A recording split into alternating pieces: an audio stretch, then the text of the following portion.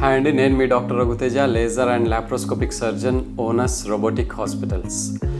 చాలామందికి మోషన్ వెళ్ళేటప్పుడు రక్తం కానీ, నొప్పి కానీ, మంట కానీ ఉంటుంది. దానికి రకరకాల కారణాలు ఉంటాయి. పైల్స్ అంటాము, ఫిషర్స్ అంటాము, ఫిస్టులా అంటాము. సో ఇలాంటి వాటికి ముఖ్యంగా ఇంట్లోనే ఎలా మనం వీటిని తగ్గించుకోగలం, లేదా అట్లీస్ట్ నొప్పిని ఎలా తగ్గించుకోగలం అనే ఒక 5 ఇంపార్టెంట్ టిప్స్ ఆర్ రెమెడీస్ చెప్తాను మోషన్ రిలేటెడ్ ప్రాబ్లమ్స్కి. ఒకటి, అన్నిటికన్నా ముఖ్యంగా వాటర్ హైడ్రేషన్ బాగా తీసుకోవాలి.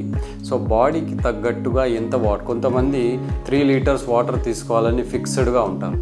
అలా కాకుండా మన బాడీ వెయిట్కి ఎంత వాటర్ తీసుకోవాలి, ఎంత హైడ్రేషన్ బెటర్ అనేది డిసైడ్ చేసుకొని దాన్ని బట్టి వాటర్ హైడ్రేషన్ అనేది చేసుకోవాలి.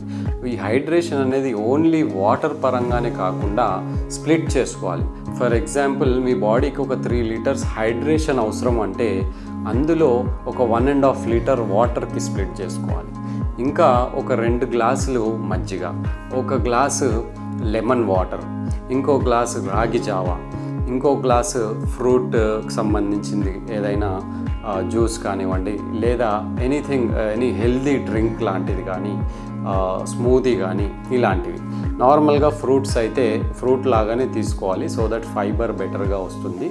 సో ఈ లిక్విడ్స్ని ఇలా స్ప్లిట్ చేసుకోవాలి, దాంతో బెటర్ హైడ్రేషన్ వస్తుంది.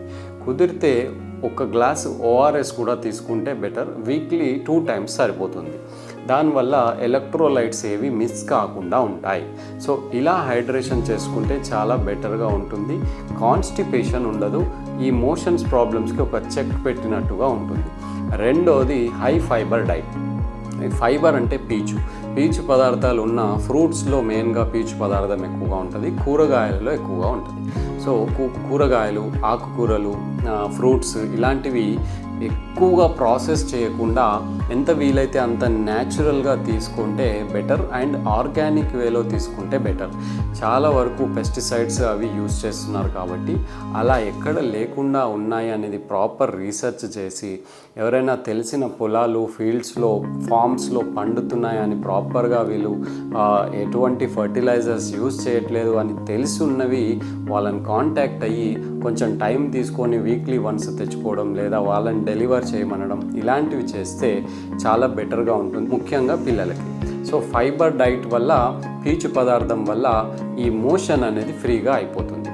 సో ఇంకొకటి ముఖ్యమైన విషయం ఏంటి అంటే, ఇంట్లోనే వీళ్ళకి నొప్పి తగ్గించడానికి లేదా తొందరగా మానడానికి పైల్స్ కానీ, ఫిస్టులా ఏం చేస్తాము, ఫిషర్కి కానీ సిట్స్ బాత్ అంటాం.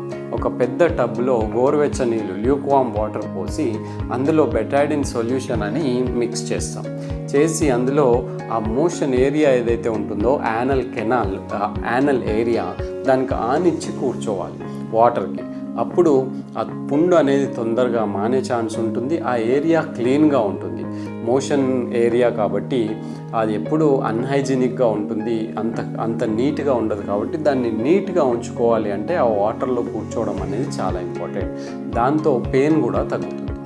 4వ ఇంపార్టెంట్ థింగ్, సిరప్స్ ఉంటాయి. నార్మల్గా మోషన్ గట్టిగా వస్తే దాన్ని ఫ్రీ చేయడానికి సిరప్స్ అని, లాక్చులోస్ సిరప్ అని, లేదా డుఫెలాక్ అని, క్రెమాఫిన్ అని, అలాంటివి నార్మల్గా సజెస్ట్ చేస్తారు. అవి నైట్ టైం ఒక 25 ml తీసుకుంటే ఈ ప్రాబ్లం ఉన్నప్పుడు మార్నింగ్ మోషన్ ఫ్రీగా వచ్చేస్తుంది. సో కాన్స్టిపేషన్ అవాయిడ్ చేయాలి ఇలాంటి సిచ్యువేషన్లో.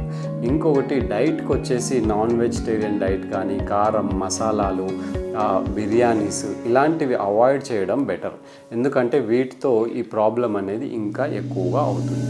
సో ఇవి ఫాలో అవుతూ లిగ్నోకెన్ జెల్లీ ఆర్ లాక్స్ జెల్లీ అంటాము. అదేంటంటే లోకల్ అనెస్థీషియా జెల్లీ.